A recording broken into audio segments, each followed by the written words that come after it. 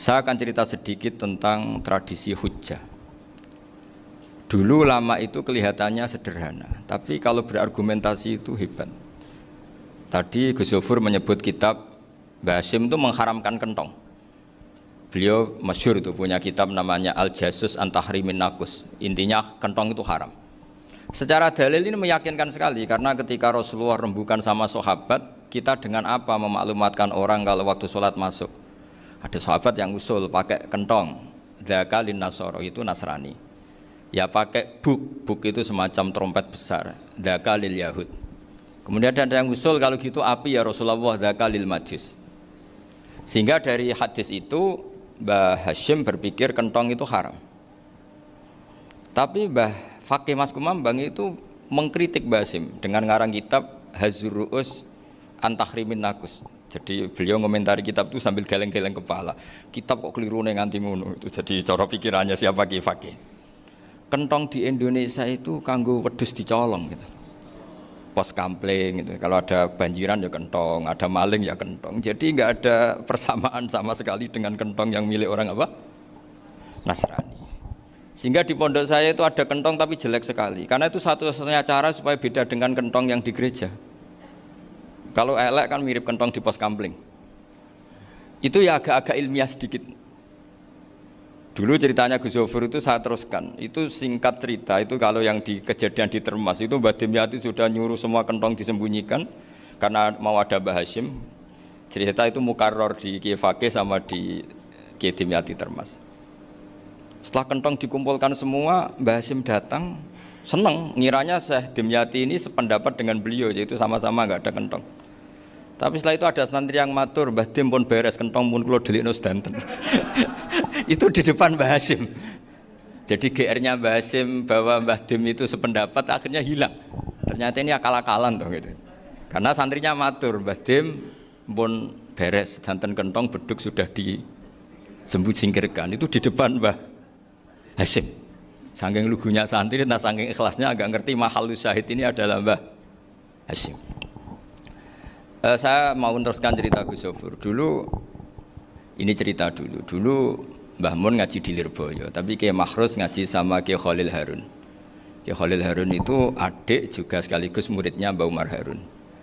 Mbah Umar Harun itu generasi kedua setelah Mbah Ghazali. Beliau menantunya Mbah Ghazali, tapi ya sudah ponaan. Sehingga tradisi ini penting karena saya berkali-kali bilang di mana-mana. Status orang tua dan mbah itu adalah terserah anak cucunya. Bukan terserah mbahnya, tapi terserah anak cucunya. Saya tidak akan bosan mengingatkan ini. Saya pernah di makamnya Nabi Yakub, itu ya dikemuli bendera Israel. Di makamnya Nabi Dawud. Nabi Ibrahim juga dekat sinagog. Sehingga Quran membela Nabi Ibrahim disebut maka anak Ibrahimu Yahudi wala Nasrani. Karena ketika beliau berposisi di Israel, kemudian penguasanya adalah Yahudi, bisa saja makam ini ditulisi dan distatuskan ala Yahudi. Ya seperti Nabi Yakub itu nabi yang kita yakin tentu berkeyakinan beliau orang baik, orang muslim, orang mukmin, tapi karena di desain mereka ya dikemuli bendera Israel dan disebut Abul Yahud. Karena kita tahu nama lain dari anaknya Nabi Yakub adalah Yahuda bin Yakub bin Ishak bin Ibrahim. Sehingga perasaannya orang Yahudi menjadi Yahudi itu yang ngikuti mbah-mbahnya. Nah khawatir saya ketika buyut-buyut kita kaya, buyut saya itu orang kaya dulu, namanya Mbah Durrahman. Itu kaya sekali, tanahnya banyak. Dulu cerita Mbah Hasyim ya kaya sekali, Mbah Maksum juga kaya, Mbah Abdul Aziz juga kaya. Karena dulu itu inginnya kiai itu yo ketok sugih lah, gak ngel-ngelo santri. Tapi nanti kalau cucu-cucunya sudah ndak alim, itu ndak dianggap punya tanah itu karena untuk fasilitas santri.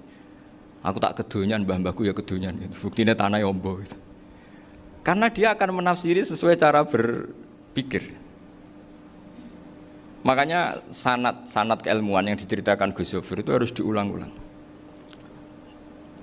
Kalau nggak diulang-ulang, maka kita akan berpikir sendiri untuk menafsirkan masyayikhon al-kiram atau ajdadan al-kiram.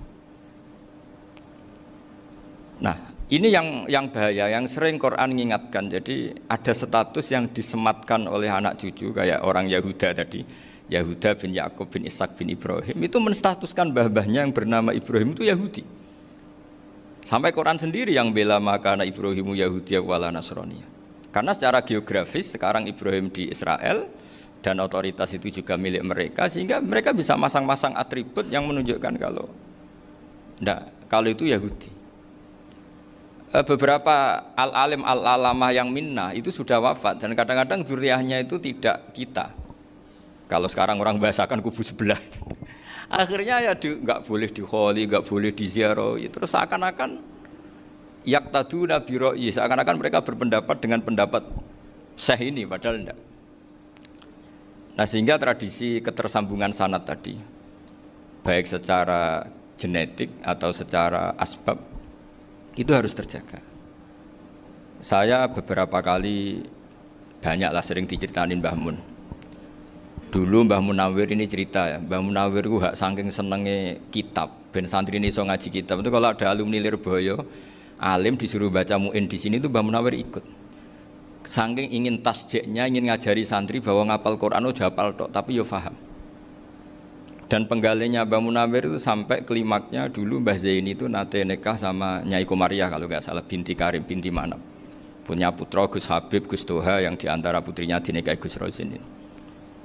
Terus akhirnya kesampaian juga ketika Mbah Munawir punya mantu alim alama namanya Mbah Ali Maksum, angsal Nyai Hasyimah. Sampai Pondok Kramcak ma'ruf bil ilmi, terutama ilmu sorof dulu karena Mbah Maksum itu komplain, fa'ala yafulu kok terus fa'alan ya, fa'ala yafulu ya uf'ul gitu kan, masuk fi'il kok jejer isim gitu.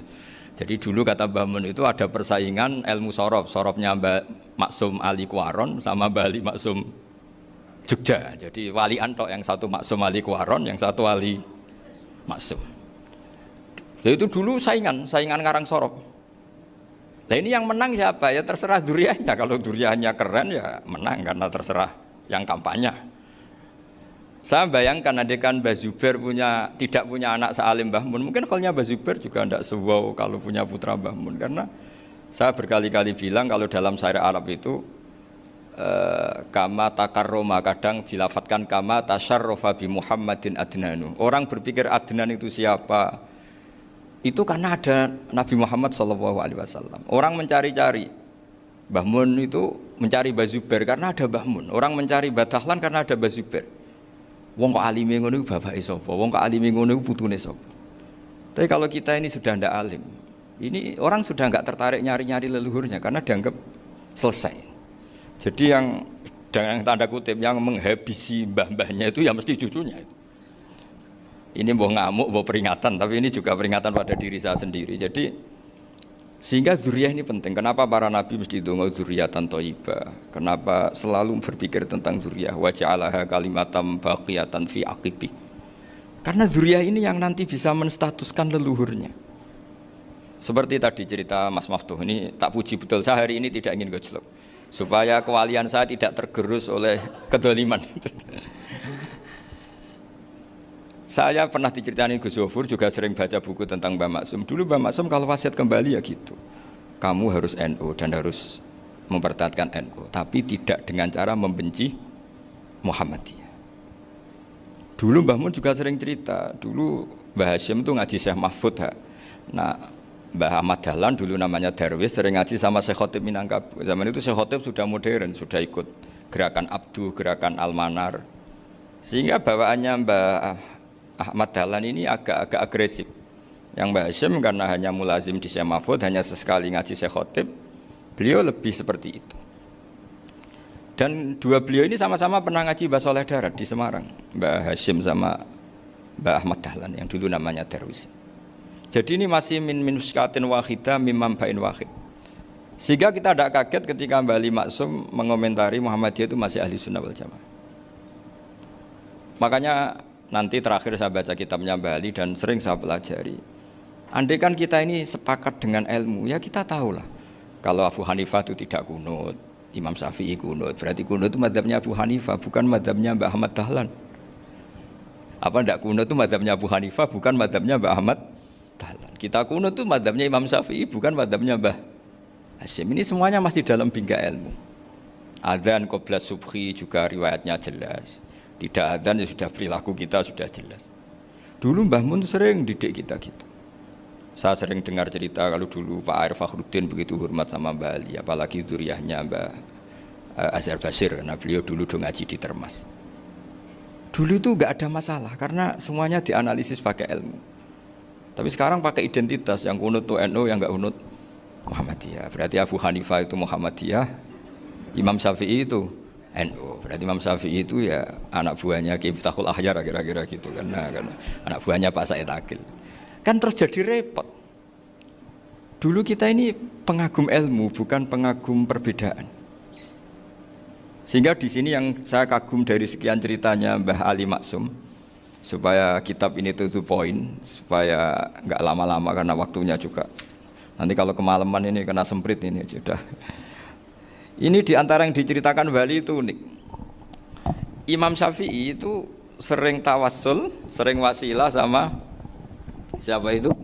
Abu Hanifah. Ini sudah tak petakan, saya baca yang sensitif lah, so yang ini ya. Ziyar al-Babus Samin, terus sebentar ini yang bab tawassul.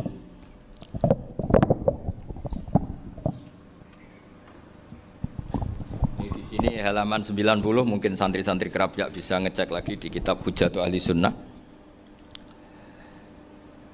Ketika cerita tawassul, di antara yang diceritakan Bali Maksum adalah perilaku ya, bukan sekedar statement tapi apa? Perilaku. Perilakunya Imam Syafi'i atau ahwalnya kalau bahasa halusnya, yang selalu ke makamnya Abu Hanifah untuk tawassul. Padahal Imam Syafi'i itu orang yang secara ilmu sering kritik Abu Hanifah. Jadi ini saya baca ini di halaman 100, jadi tawassul mulai halaman 9 berapa ini sampai halaman ini yang qala sami'tu Syafi'iyya yaqul inni la atabarraku bi Abi Hanifah wa aji'u ila qabri fi kulli yaumin za'iran fa idza uridat li hajatun shallaitu rak'atain, halaman 100, waji'tu wa sa'altu wa ta'ala al hajat indahu fama tab'udu anni hatta tuqda. Kanal Imam Syafi'i ayyama huwa bi Baghdad yatawassalu bil Imam Abi Hanifah yaji'u ila dorihi fayusallimu alaihi wa yatawassalu ila Allah bihi fi qada'i hajati. Terus wa yatawassalu Imam Ahmad bi Imamin Syafi'i. Jadi di antara yang diceritakan Mbah Ali Maksum itu betapa Imam Syafi'i yang terkenal sering mengkritik Abu Hanifah dalam tatanan fikih karena beliau tidak percaya ada istihsan. Abu Hanifah berpendapat adanya istihsan, dan kita tahu lah ikhtilafu Syafi'i wa Abu Hanifah itu besar sekali. Tapi beliau itu tahu Abu Hanifah itu orang yang sangat soleh. Abu Hanifah itu kalau ketemu sama orang yang utang beliau itu yang lari bukan yang utang Abu Hanifah, karena takut orangnya itu izin. Jadi kalau ketemu yang utang di jalan itu yang sembunyi itu Abu Hanifah. Kenapa engkau sembunyi? Ada yang utang saya lewat, nanti orangnya malu.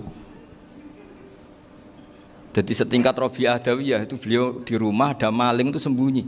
Ditanya kenapa engkau sembunyi? Malu, gak ada yang dimaling. Malu sama malingnya karena serumah itu gak ada barang yang layak dicolong itu. Itu Robi'ah dia sembunyi. Itu yang bisa niru itu Abu Hanifah. Jadi wali-wali besar ini ternyata saling menghormati dan saling tawassul. Nah saya berharap tawassul ini bukan sekedar perilaku sosial, tapi memang ada sanatnya. Sehingga terus diceritakan Bali di sini dulu istaqa Umar bil Abbas. Kata siapa tawassul harus dengan Rasulullah SAW? Dulu istaqa Umar bil Abbas. Sayyidina Umar itu tawassul istisqa dengan Sayyid Abbas. Padahal kita tahu Sayyid Abbas ini tidak nabi. Terus beliau cerita sampai Imam Syafi'i tawassul sama Abi Hanifah. Sehingga gak ada perdebatan itu kan Umar. Kalau Umar kan ada jaminan boleh diikuti karena beliau sahabat. Bali cerita tentang Imam Syafi'i yang tawassul dengan Abu Hanifah. Seargumentatif itu. Sehingga ada cerita dalam sebuah tafsir. Ya saya ulang lagi, ada cerita di sebuah tafsir. Kenapa Nabi Musa ditanya Allah, wa ma tilka biyaminika ya Musa? Ma'ana wa ta'ala a'lam, tentu Allah sangat tahu yang dibawa Musa itu apa. Karena Allah tahu Nabi Musa itu grogi. Orang dipanggil Wali Maksum pasti grogi, santri dipanggil Mbah Mun pasti grogi. Kenangan saya setiap dipanggil Mbah Mun ya mesti tanya, yang ringan-ringan, wis sarapan ya. Arung sarapan ya sarapan. Pas sarapan ya kan tanduk mangan sing enak, wong santri ora tau mangan enak. Ya enggak pernah ngomong yang penting, ngendikan yang penting. Nah, karena Nabi Musa ini grogi, ini sebagian tafsir. Itu ditanya yang ringan, "Sake iku nggawa apa?" Karena pertanyaannya ringan, Nabi Musa juga ringan. Ya Nabi Musa itu sampai lali iku pangeran sing ya'lamu sirra wa akhfa. Diterangno. Niki tongkat Gusti. Gunane kathah Gusti tongkat iki. Qala ya asaya atawakka'u 'alaiha wa ahusyu biha 'ala ghanami wa liya fiha ma'arifu ukhra. Oh, tongkat Gusti niki penting Gusti. Nggih nak nggih macam-macam lah Gusti. Atawakka'u 'alaiha wa ahusyu biha 'ala ghanami kangge menghalo kami. Masih terangno terakhir dan yang lain-lain Gusti. Wa liya fiha ma'arifu ukhra. Sehingga akhirnya rileks. Karena Nabi Musa terus ngerti. Ternyata ketemu pangeran itu gak seserem yang saya bayangkan gitu. Pertanyaannya ringan. Itu ada ilmunya. Tapi cerita ini yang versi tafsir ini tidak yang seperti di Manaqibul Ghazali. Di beberapa kitab tentang Manaqibul Ghazali diceritakan di alam roh Nabi Muhammad SAW itu yubahi bi ummati, saking yubahinya sampai ngendikan ulama ummati ke anbiya Bani Israel. Ulama umatku itu pinternya atau statusnya itu mirip-mirip lah. Kaf itu ya mirip-mirip lah, mirip-mirip kayak ulamanya nabinya Bani Israel. Akhirnya Nabi Musa itu tersinggung sekali, bagaimana mungkin ulama disamakan dengan nabi. Sehebat-hebatnya ulama itu kan tidak akan yabluhu darajatan nubuwah atau yartaqi ila darajatin nubuwah. Itu akhirnya ya kalau kamu nggak percaya panggil, yang dipanggil Imam Ghazali. Ya Nabi Muhammad juga nggak mau kalah gitu. Kalau manggil ulama RT ya kalah keok gitu. Akhirnya Imam Ghazali datang, ditanya sama Musa, "Mas Muka, nama kamu siapa?" "Ana Muhammad bin Muhammad Al-Ghazali At-Tusi Asy-Syafi'i." Itu disebut panjang. Terus Nabi Musa guyu-guyu. "Kamu lama kok ngomong yang nggak penting, ditanya namanya kok penjelasannya sepanjang itu, dianggap itu satu kesalahan. Masa tanyanya nama kok ditanya jawabnya Muhammad bin Muhammad Al-Ghazali At-Tusi Asy-Syafi'i, kepanjangan itu." Ketika Nabi Musa agak mencibir, agak gimana itu, terus jadi Imam Ghazali, "Kalau ini masalah, lebih masalah jenengan." "Apa itu?" "Yang tanya jenengan tuh Allah ya alamu sirra wa akhfa, dan Allah hanya tanya wa ma tilka biyaminika ya Musa." Harusnya jenengan jawab asoya titik, bukan kepanjangan. Atawakka'u 'alaiha wa syubha itu kepanjangan. Allah tanya yang di bawah kamu itu apa? Yang di tangan kamu. Harusnya jawabnya hanya asoya. Tapi kenapa penjelasannya sepanjang itu? Sampai terakhir waliya fiha ma'aribu ukhra. Terus pinter tenan kayak gitu. Terus ada Nabi Musa terus bilang, ya pinter tenan aja gitu. Padahal kita tidak pernah GR seperti itu, kan kebetulan Imam Ghazali gitu. Kalau yang lain mungkin ya keok lah kira-kira gitu. Tapi ini cerita dalam khazanah keilmuan. Benar yang dikatakan Gus Zofur. Saya termasuk orang yang pernah mondok Lirboyo Pasanan. Jadi setelah saya disuruh nemani Gus Kamil, tahun berikutnya Gus jenengan disuruh. Pokoknya anakku mbah sak wulan lah kudu tahu mondok Lirboyo. Piye aku tahu ngaji Wakarim. Terus yang disuruh mbaturi Gus Kamil itu saya. Jadi saya pernah 1 bulan tuh di Lirboyo. Karena saya ini santri beling ya, kontraknya pokoknya penting ziarah Bakarim. Biasanya nggak pernah ngaji ya, pokoknya gerbar ngisa. Ziarah ya sudah. Ngaji subuh ingat saya sama Gus Imam. Itu dari 17 hari ingat saya ngaji 2 kali. Tapi kalau ziarah ke Bakarim sudah lupa jumlahnya karena memang kontraknya disuruh ziarah. Sampai seperti itu. Dan saking senengnya bangun sama Bakarim saya masih ingat. Ngamplopi salam template itu masih ingat untuk Gus Anwar, untuk Gus Imam, untuk Gus Kafabi, termasuk untuk Gus Maksum. Itu malam-malam saya dijak ngamplopin. Zaman itu saya masih ingat selawewu. Zaman itu kos 1 bulan itu 13.000. Jadi kira-kira kalau 25.000 itu untuk kos 2 bulan. Jadi saya krusnya itu pakai kos. Saya masih ingat Mondok Sarang itu kos 1 bulan 13.000. Berarti kira-kira 500.000 itu di amplopin sendiri sama Bang. Ini untuk Gus War, ini untuk Gus Imam, ini untuk Gus. Padahal Gus Imam ini mondoknya sudah di Mbah Mun. Itu Mbah Mun hormatnya sampai untuk jatah salam template. Nah yang ribet kebalikannya, kita pulang Gus Imam karena melihat Gus Kamil ini putrane Mbah Mun, Gus Kamil disangoni. Saya juga disangoni karena Gus Imam dulu ngaji juga sama Pak D saya, sama keluarga saya. Itu kata Gus Kamil setelah keluar, mau agak muni gua abal, boten berarti gua aku. Karena ini penting. Ini kalau sampai dianggap tukar guling, ribet nih. Jadi ditakwil sendirilah. Mau gak muni gua abal ya, boten wis, yes berarti halal. Tapi sama Mbah Mun ya ditanya.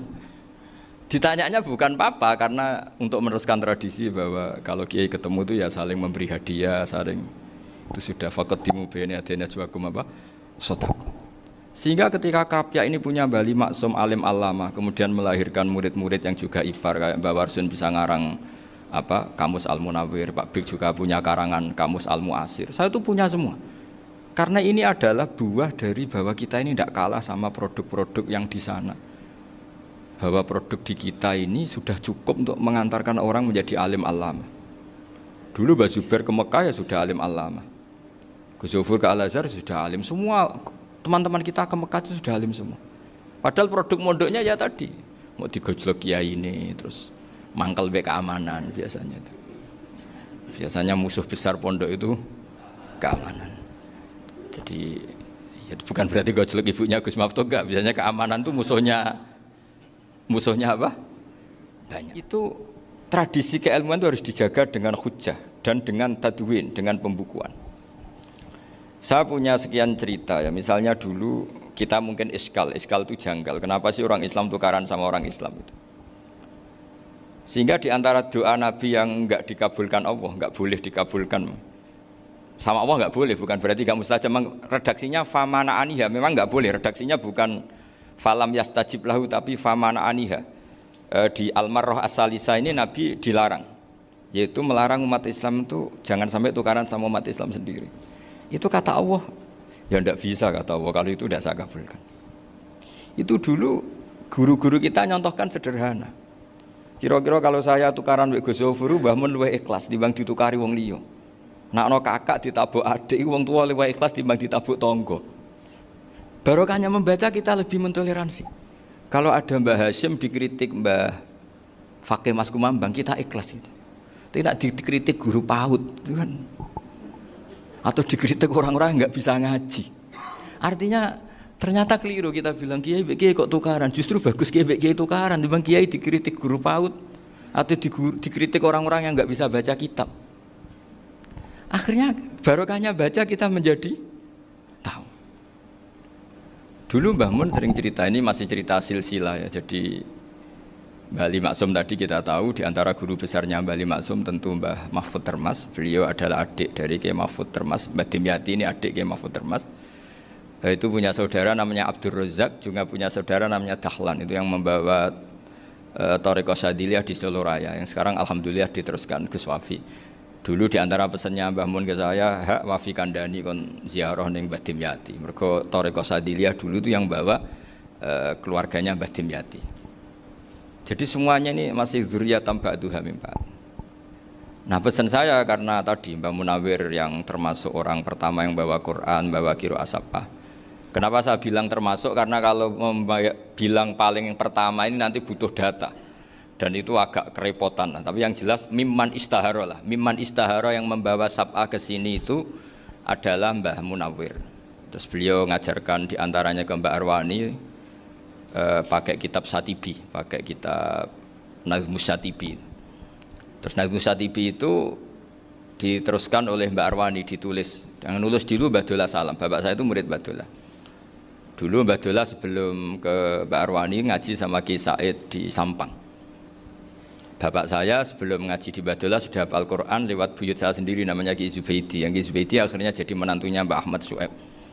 Jadi buyut saya kandung ini namanya Sofia, itu angsal keluarga Lasem, yang adiknya Sofia ini punya adik Badiah yang jadi ibunya Ki Sahal.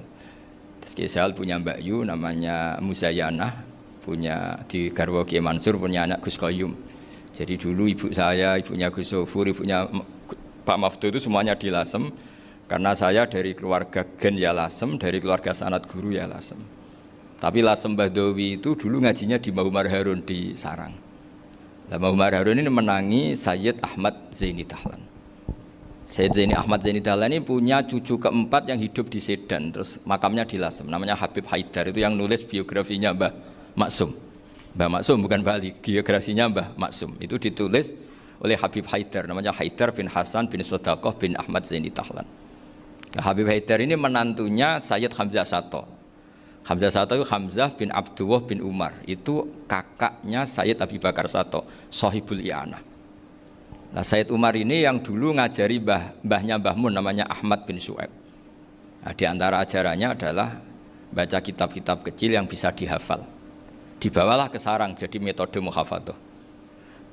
Tapi kemudian lama-lama oleh pondok itu jadi syarat kenaikan kelas. Dulu nggak ada muhafadzah untuk kenaikan kelas ya, supaya orang alim itu harus hafal, lama-lama dipakai syarat untuk muhafadzah. Jadi semua ini sanad harus kita ingat supaya kita bisa menjaga tradisi. Termasuk tradisi ini kiai seneng jagungan, terus ngomong ra penting gitu. Itu juga sanad. Setahu saya Mbah Mun itu kalau ketemu bapak ya guyon terus. Saya punya kenangan tuh yang dulu agak iskal tuh begini. Ada isu lah, entah isu entah hoax entah apa, ada kaji itu agak beling itu, pokoknya beling lah gitu. Seneng siapa itu, rondo lah apa itu. Pokoknya beling gitu. Ketika Mbah Mun dilaporin tamu kalau kaji itu beling sama rondo itu, Mbah Mun tanyanya lucu. Lho ayu no cung. Wahyu banget Mbah. Wahyu.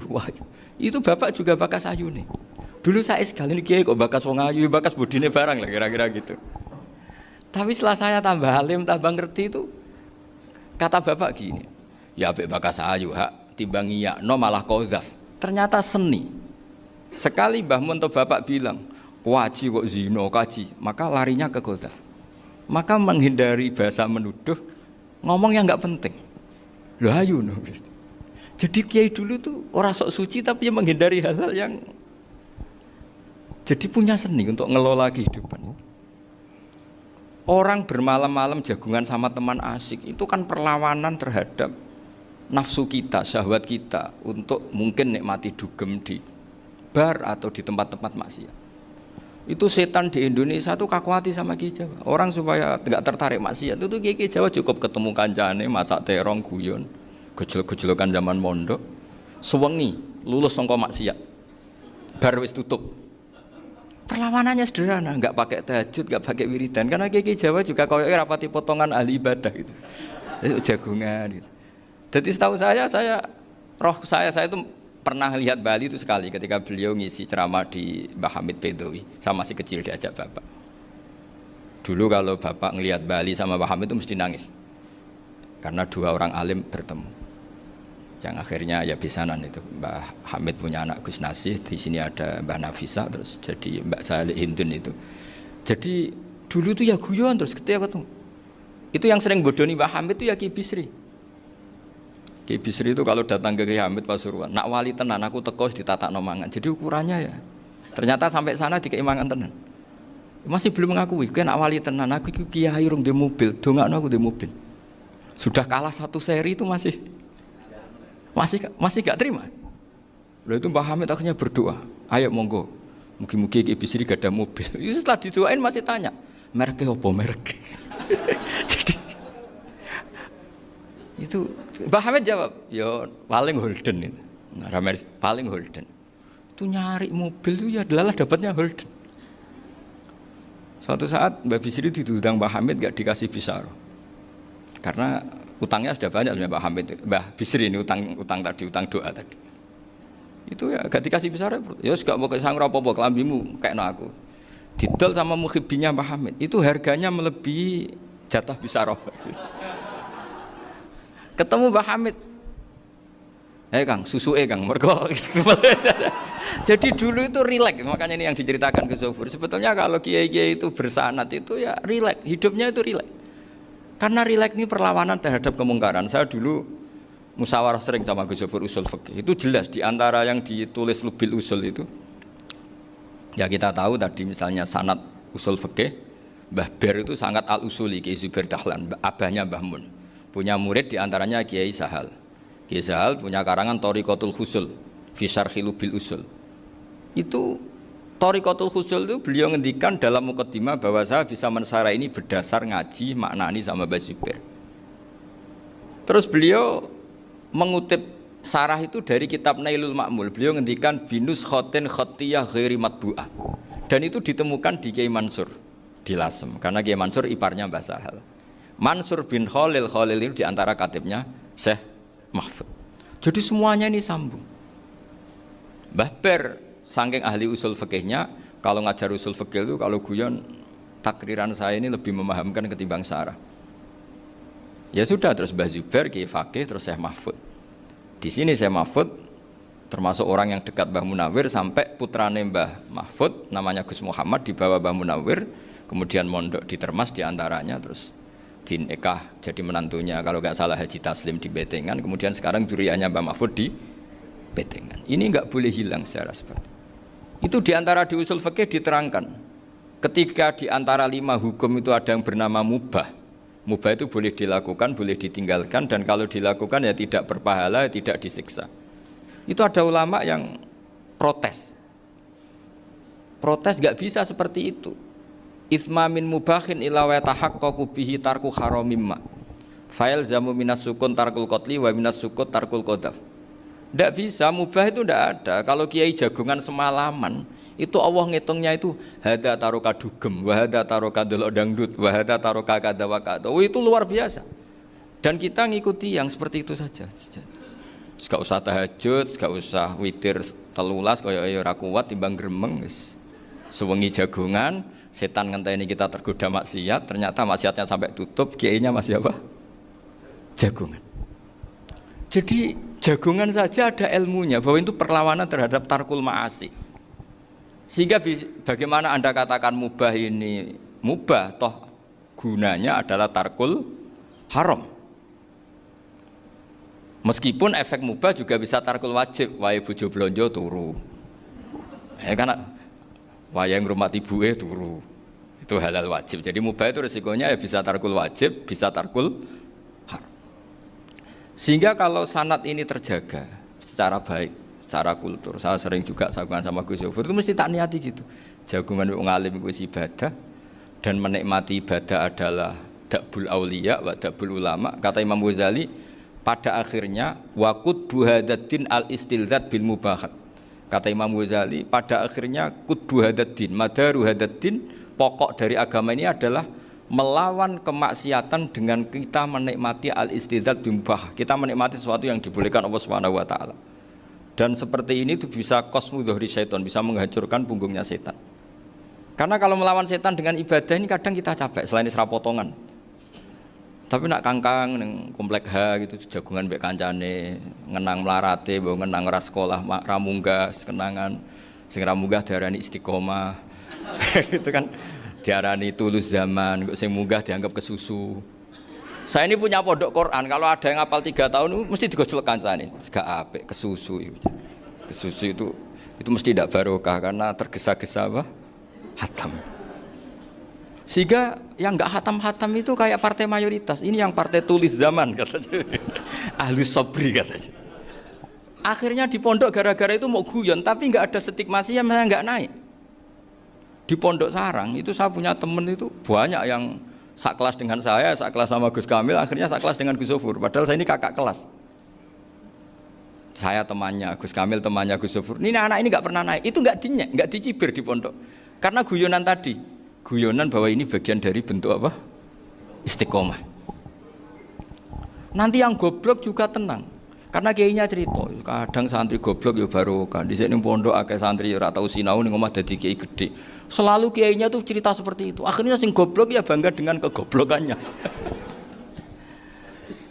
Iya, jadi kiai itu orang yang meskipun guyon ini barokahnya Masya Allah. Dan setahu saya kiai-kiai alim itu ya senengannya guyon karena tadi guyon itu luar biasa. Bapak saya itu kalau pesan sama saya itu enak ngaji wis guyon nice. Wong ning omah mikir utang, mikir wedi bojo macam-macam kok ngaji kok jak nangis pisan, nangis ping pindho gitu. Sudah jak guyon ae. Paling gak lali. Dan beliau punya dalil kul bi fadlillah bi rahmati fa bidzalika falyafrah. Jadi jangan sampai orang ini farah bil maksiat, jangan sampai orang itu. Dan ini yang saya kenang dari sekian cerita murid Bali. Mbah Ali Maksum ya senangane guyon. Gejol-gejolkan mbek santri guyon. Ini saya maklumatkan ke semua santri beliau bahwa ini bukan sekedar guyon, tapi al-istilzat bil mubahat. Ini adalah perlawanan terhadap setan karena banyak orang bisa senang tuh kalau nunggu maksiat. Ini bisa senang dengan sesuatu yang tidak maksiat. Itu kayak apa hebatnya? Makanya Nabi itu kalau ketemu sahabat ya sering ngendikan yang ringan-ringan. Ya Umar ma'afalan duher jong mana piye ije. Kalau ketemu anak kecil ya. Nanti ketemu yang tua-tua yang sudah nggak bisa mikir ya cerita-cerita saya mohon sekali murid-murid kerap ya. Jangan hanya ngaji fikih. Kalau hanya ngaji fikih itu posisi Abu Hanifah itu seakan-akan nyun sewu orang yang sangat tidak ahli hadis. Karena beliau di situ kelihatan kalah sekali dengan Imam Syafi'i. Apalagi di perdebatannya Muhammad bin Hasan Asy-Syaibani dengan Imam Syafi'i itu kelihatan sekali betapa Abu Hanifah itu orang yang nyun sewu ditinggalkan dalam ilmu hadis. Sampai beliau hanya dapat gelar min ulama ahli ra'yi, termasuk ulama yang kuat logikanya. Juga harus baca kitab-kitab seperti ini. Ternyata di balik Imam Syafi'i mukhalif pada beliau di bab-bab fikih, perilakunya sangat hormat. Sampai beliau tuh kalau tawassul ke kuburannya Abu Hanifah. Dan beliau ngendikan an-nasu fil fiqhi iyalun ala Abu Hanifah. Semua orang yang ahli fikih itu masih anak buahnya Abu Hanifah. Saya berkali-kali cerita, mazhab Syafi'i itu alatut tadhir hanya dua, yaitu alma wa turab. Abu Hanifah nambahi wanar. Alasannya Abu Hanifah orang mukmin yang dosanya banyak itu dibakar di neraka, dan alasannya Allah litadhirihim untuk mensucikan mereka. Sehingga pikirannya Abu Hanifah an-nar itu min alatit tadhir. Apa yang terjadi ketika bata itu batu bata yang dibakar di situ campur teletong campur apa-apa itu kalau sudah mazhab Abu Hanifah selesai sudah suci karena sudah ngelewatin pembakaran. Meskipun kita tidak akan kalau kehilangan air terus wudu dengan api bisa bunyak semua itu. Tapi apapun itu menjadi solusi. Sehingga saya punya kitab namanya Ikhtilafu Malik Ikhtilafu Malik wa Abu Hanifah atau Ikhtilafu Syafi'i ma Abu Hanifah. Itu kelihatan sekali kalau Abu Hanifah itu nyuruh saya posisinya kalah. Karena yang ngarang orang-orang Syafi'i. Tapi kalau melihat kitab-kitab kewalian, misalnya di kitab Mizan Kubro ini juga sering disebut kisah itu Mbak Ali Maksum tentang Imam Sa'roni. Berkali-kali beliau mengutip Mizan Kubro. Itu Abu Hanifah adalah orang yang sangat mukasyafah. Artinya ketika Nabi cerita air wudhu itu menjatuhkan dosa, tidak ada air wudhu yang jatuh ke kamu kecuali saat itu juga dosa kamu jatuh. Itu beliau datang ke Madharota Kufah. Kemudian beliau bilang sama si orang tua tadi, tub anizina. Orangnya terus bilang atubu minazina. Ada lagi pemuda datang dibilangin tub an ukuki walideka. Terus bilang tub tu an ukuki walidaya. Sampai yang terakhir ada tub an simai alatilahwi atau an samai alatilahwi. Terus tub tu an samai. Ketika orang itu ditanya, kenapa engkau begitu tahu dosanya apa? Saya tahu air wudhu ini menjatuhkan apa. Jadi kira-kira kalau zina mungkin ya batang babi lah. Kalau hanya sekedar melihat bak-bak mungkin ya curut atau tikus lah kira-kira gitu. Nak dulu diluk ya mungkin ya tikus cilik gitu. Nak dulu suwi ya tikus werok itu atau apalah. Pokoknya beliau itu tahu. Tapi anehnya Abu Hanifah apa? Setelah itu dia nangis minta mukasafahnya ditutup. Ya Allah, saya ini mukasafah kok malah menjadi tahu sawatil mukmin. Padahal aturan syariat jenengan man satara musliman satarahu, bahwa enggak baik melihat jeleknya orang mukmin. Minta ditutup. Makanya saya ini bangga ada mukasafah. Makom yang kita sampai sekarang itu makom setelah Abu Hanifah mukasafah. Jadi Abu Hanifah repot-repot mukasafah, minta makomnya ditutup tidak menjadi mukasafah. Dan alhamdulillah kita sudah tidak mukasafah sebelum minta ditutup. Jadi kita ini keren. Keren karena aturannya itu man satara musliman satara huwa, yang tidak tahu aibnya orang muslim maka Allah akan nutupi aibnya di akhirat. Dan kita alhamdulillah barokahnya tidak mukasafah, tidak ngerti aibnya orang mukmin. Jadi kita harus pakai patokan ilmu. Saya ulang lagi, kita harus pakai patokan. Makanya saya tahu betul ketika Kiai Hamid Pasuruan, beliau dulu ngaji Jamul Jame, ngaji Juman, Bali Maksum di sana sama Gus Habib, sama Gus Muhammad bin Mahfud, termasuk mbah saya kandung dulu Kiai Sidik, mbah saya yang itu juga ngaji di Termas. Bapak saya dulu Kiai Nur Salim ngaji di Buyut Baiti. Dulu itu kawin juga sederhana, kayak cerita Gus Sofur. Jadi bapak saya kandung itu Kiai Nur Salim itu ngaji di Mbah Baiti. Mbah Baiti itu adik kandungnya buyutnya saya dari ibu. Nah Mbah Baiti itu teman akrabnya mbah saya namanya Kiai Nur Sam, Mbah Nur Sam. Singkat cerita terus Nur ke Jorabi Arabekno itu. Setelah bapak saya ke Badullah mau ditawarin jadi mantu, kata bapak saya kula pun dipek mantu Mbah Baiti. Akhirnya dapat ibu saya itu. Karena ibu saya itu cucu Mbah Bedi, cucu lambung. Jadi mbahnya ibu saya itu Mbak Yunya Mbah Bedi. Namanya Mbak Sofia tadi yang dapat Mbak Idris itu. Yang Mbak Idris ini bin Umar. Ya Mbak Umar yang mbahnya Mbak Hamid. Hamid bin Abdul bin Umar. Kalau bahasa itu Fatimah binti Idris bin Umar. Dulu kecilnya Mbak Idris namanya Abdul Khalik. Kalau kecilnya Mbak Hamid namanya Abdul Mukti. Kalau kecilnya Mbah Maksum namanya Muhammadun kalau nggak salah. Dulu itu namanya dua-dua karena diganti ketika musim apa? Haji. Jadi ini terjaga. Sehingga tidak ada ceritanya kiai-kiai yang jagongan kemudian santrinya itu yang agak-agak khawarit. Kiai kok sungi-sungi jagongan, gak tahajud, gak duha, itu tidak ada seperti itu. Karena ini dianggap fi'lul mubahat untuk melawan mungkarat. Jadi sehingga di kitab Ihya diterangkan, kamu jangan ngira orang-orang soleh ketika jagongan itu min ahlil bitolah wa takasul. Itu orang-orang yang pemalas itu enggak. Tapi mereka bisa mengasyiki Allah. Bahwa dalam jagongan ketemu teman ya asik, gejul-gejulkan sama Pak Maftuh ya asik. Dan keasikan ini bentuk perlawanan terhadap keasikan harus dengan maksiat. Itu kayak apa kalau kita ngaji sampai seperti itu? Termasuk tadi yang diceritakan Pak Maftuh kitab Hunyah. Semoga beliau cerita juga pernah belajar. Saya pernah belajar kitab Hunyah khatam. Itu diantara yang diceritakan Syekh Abdul Qadir Al-Jilani tadi kata beliau Al-Jilani dipakai Jim Al-Jilani. Ini agak beda dengan kita. Mbah Zubair itu punya kitab namanya Al-Qalaid Al-Luluyah. Beliau menfatwakan nama-nama ajam itu kamu bebas. Ajamiyun fasna bihi masyita. Sehingga kita kalau punya kiai harus mau qolal ustukhri. Sehingga mau qolal istukhri. Tirmidzi juga nasibnya sama. Qolat rawahut Tirmidziyu. Sehingga rawahut Turmudziyu. Yang satu rawahut Tarmidziyu. Ya karena kita keluarganya Tarmidzi apa enggak gitu. Makanya kata Mbah Mun sama masih ingat. Kata cerita Gus Zofur tadi, adabnya Gus Zofur itu cerita tentang keluarga ibunya. Padahal keluarga ibunya juga orang-orang soleh yang luar biasa. Itu kata Mbah Mun, kowe roh jenenge Imam Bukhari tahu ya. Jenenge sapa? Saya nyebut Muhammad bin Ismail bin Ibrahim bin Muhirah bin Bardasbah. Lah iya Bardasbah mbok waca Bardisbah ya oleh cara kene mbok Parmin mbok Parlan ngono. Jadi Bardisbah mbok Bardasbah iku cara kene ya Parmin Bapak.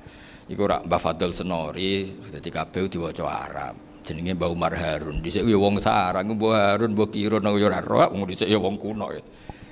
Jadi kalau versi Mbah Fadl termasuk yang pertama bikin nasab Mbah Maksum itu tulisannya Mbah Fadl yang dikutip Habib Haidar tadi. Ya saya seperti Gus Zofur juga mencari-cari hubungan ulama-ulama di Jawa. Itu Mbah Mun kalau bicara mbahku ono sing jenenge Kiai Serut. Kalau ditulisannya Mbah Fadl itu Syaraf. Jadi Mbah Fadl itu fanatik orang-orang alim itu ditulis Arab, kalau Mbah Mun itu Jawa. Dulu tuh ada wali seto di daerah saya. Dulu orang ya janggal, ternyata ada sato itu kesamaan di Arabnya itu. Sehingga kiai-kiai itu ada fanatik Tirmidzi, Turmudi, Tarmidi, Jilani, Jailani karena ajamiyun fasna bihi masyita. Jadi kalau nama-nama ajam semonggo lah baca sekenanya sementing. Cuma mungkin tahqiqnya benar Pak Maftuh tadi memang di Mu'jamul Buldan itu Al-Jilani bikasri jim ya sudah kita baca Al-Jilani. Sebab itu kayak Pondok Pelosok Lirboyo itu menurut saya bagus. Orang itu maknani betul sama gurunya. Kalau Sarang enggak. Kalau Pondok Lirboyo, pondok yang tadi ternyata keluarga Mbah Munawir sini pernah bisanan yaitu Mbah Zaini pernah nikah sama Nyai Komariah ya kalau nggak salah, punya putra Gus Habib ya, Pak Toha dan sebagainya. Itu betapa hubungan pondok Quran sama pondok kitab dulu itu nggak pernah terputus. Bapak saya selapal Quran itu dulu ngaji Mbah Zubair. Jadi bapak saya sering ngutip mu'en apa, padahal bapak saya itu terkenal tuh, beliau cita-citanya itu saya ingin hafal Quran kayak hafal Fatihah. Beliau itu sampai sepulahnya sekali. Karena beliau inginnya hafal Quran kayak hafal Fatihah. Termasuk murid terbaiknya Mbah Dullah bapak saya. Itu ya ngaji kitab. Sehingga kata Mbah Mun, jadi Mbah Munawir de mantu Bali Maksum, itu ya sudah dipenggali. Sudah dipenggali dituruti pangeran.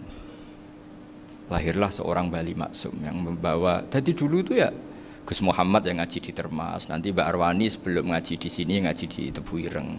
Sehingga Mbak Arwani bisa ngarang kitab. Beliau ngarang kitab tentang Sab'ah. Faidul Barokat namanya. Ya nulisnya ya fasih ya. Saya punya tulisan tangannya Mbak Arwani itu banyak. Saya juga punya tulisan tangannya Mbah Hasyim Asy'ari ketika nyurati buyut saya yang di Damaran itu pakai bahasa Arab. Jadi dulu itu Mbah Ali Maksum juga sama, surat-suratannya dulu sama tokoh-tokoh Muhammadiyah ya bahasa Arab. Nah ini harus kita dengar dari abna, dari bahwa Mbah Maksum kemarin yang diceritakan Gus Zafur di Mbah Maksum, kue kudu belo NU, kudu tetap NU, tapi bukan dengan cara membenci Muhammadiyah. Tadi Pak Maftuh menguatkan sanad itu dari Pak Atabik bahwa Muhammadiyah termasuk ahli sunnah wal jamaah. Karena sama-sama tidak sabus sahabat, sama-sama ikromus sahabat dan sama-sama bermadhab. Nah soal akhirnya ada beberapa yang serapati seneng ngaji ini yang agak ribet. Tapi kamu tidak usah ngeritik Muhammadiyah agak seneng ngaji, kayaknya juga sama kita nggak seneng ngaji juga banyak itu. Jadi kalau ngeritiknya masalah itu kan kita ya agak-agak sama. Ya jadi ternyata di sini terus ini yang terakhir supaya nggak lama-lama, Bali juga punya sisi keras sekali. Jadi dalam hal-hal yang khas ini di halaman 87 itu keras sekali. Beliau ngendikan wahal bi jununun hatta usdira amri lil mu'minin alla yazuru rasulahum. Jadi ketika saya tadi sudah bilang bahwa beliau sering muji Ibnu Taimiyah dalam banyak hal, tapi dalam banyak hal juga beliau mengkritik Ibnu Taimiyah ketika menafsirkan la tusaddur rihal illa ila salasati masajid. Kemudian Ibnu Taimiyah tidak mentasrekkan, tidak mensunatkan ziarah kubur Rasulullah sallallahu alaihi wasallam. Beliau mengkritik. Dan cara mengkritik adalah ngendikan ulaikal ladzina yuriduna ayyahulu bainahu sallallahu alaihi wasallam wa baina ummatihi fi nakhiyatin. Itu adalah orang-orang yang ingin membuat batas antara Nabi dan umatnya. Saya termasuk terinspirasi makalah Mbah Ali ini adalah bagaimana Anda mengkafirkan orang Islam berdasar qala Rasulullah sallallahu alaihi wasallam. Wan nabiyyu asyaddun nasi syafaqatan li ummati. Wan nabiyyu akhrasun nas, orang yang paling serius supaya umatnya ini selamat.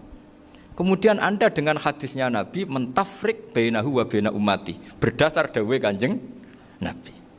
Itu cek mentalani. Makanya saya itu enggak pernah keras di bab ini. Misalnya nyuruh saya ada santri sarang yang nakal. Itu saya tidak berani komentar karena saya tahu Mbah Mun itu sangat mencintai santrinya meskipun yang nakal. Saya melihat sendiri bukan jari ada santri yang cara pelaturan pondok itu diboyong karena nakal. Itu Mbah Mun ngendikan begini. Ya cung yo ke diboyong itu cara aturan pondok.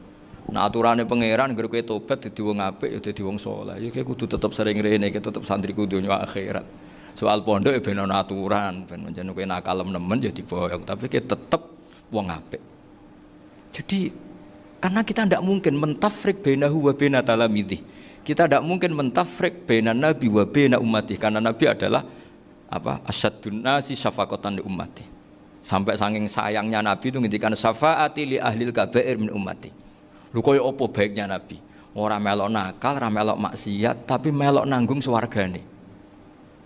Iku waktu gali sampean wis kowe utang gak apa-apa, bangkrut gak apa-apa, sing nyaur bapak. Gua sampean ngono top tenan. Anaknya yang ngawur tenan maksudnya itu, tapi stop tenan. Lah Nabi ku umate sing dosa iku umate, Nabi sing nyuwun sewu, cara Jawane sing kangelan nyafaati. Karena Nabi gak boleh dipisahkan dengan umatnya. Makanya kata Mbah Ali Maksum, ulaikal ladzina yuriduna ayyahulu bainan nabi wa baina ummati. Itu mereka adalah orang yang ingin memisahkan Nabi dengan umatnya. Masa kita ngafirkan umatnya Nabi berdasar dawuh Nabi? Itu kan sama, saya benci santri Anwar berdasar dawuh Mbah Mun, padahal orang tahu semua begitu sayangnya Mbah Mun terhadap santrinya. Sama juga kamu benci santrinya Mbah Ali Maksum berdasar dawuh Mbah Ali, padahal beliau sangat mencintai santrinya. Nah kultur-kultur seperti ini tidak boleh hilang. Kita punya sanad, punya guru, punya keluarga yang sama. Jadi mbah-mbah saya itu orang Tuban, dekat sama posisi Ibrahim Asmorokonti tadi yang diceritakan. Jadi di kampung saya, kampungnya bapak saya itu ada makomnya Siti Syariah, itu mbak kandungnya Sunan Bonang.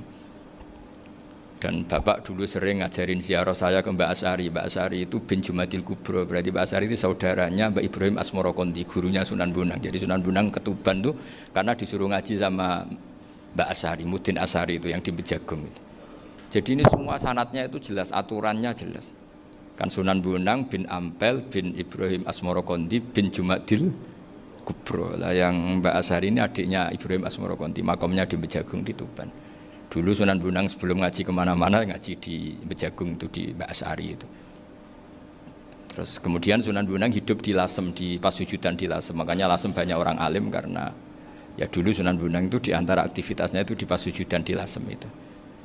Wafatnya Kila di Bonang, kemudian mau dibawa orang Madura ke Madura, terus diambil Mbak Asari, pernah mbahnya karena Muammar Mbak Asari, terus dimakamkan di Bonang. Jadi cara berpikir Mbah Ali ini menginspirasi saya. Kita tidak boleh mengkafirkan umatnya Nabi berdasar dawai Nabi.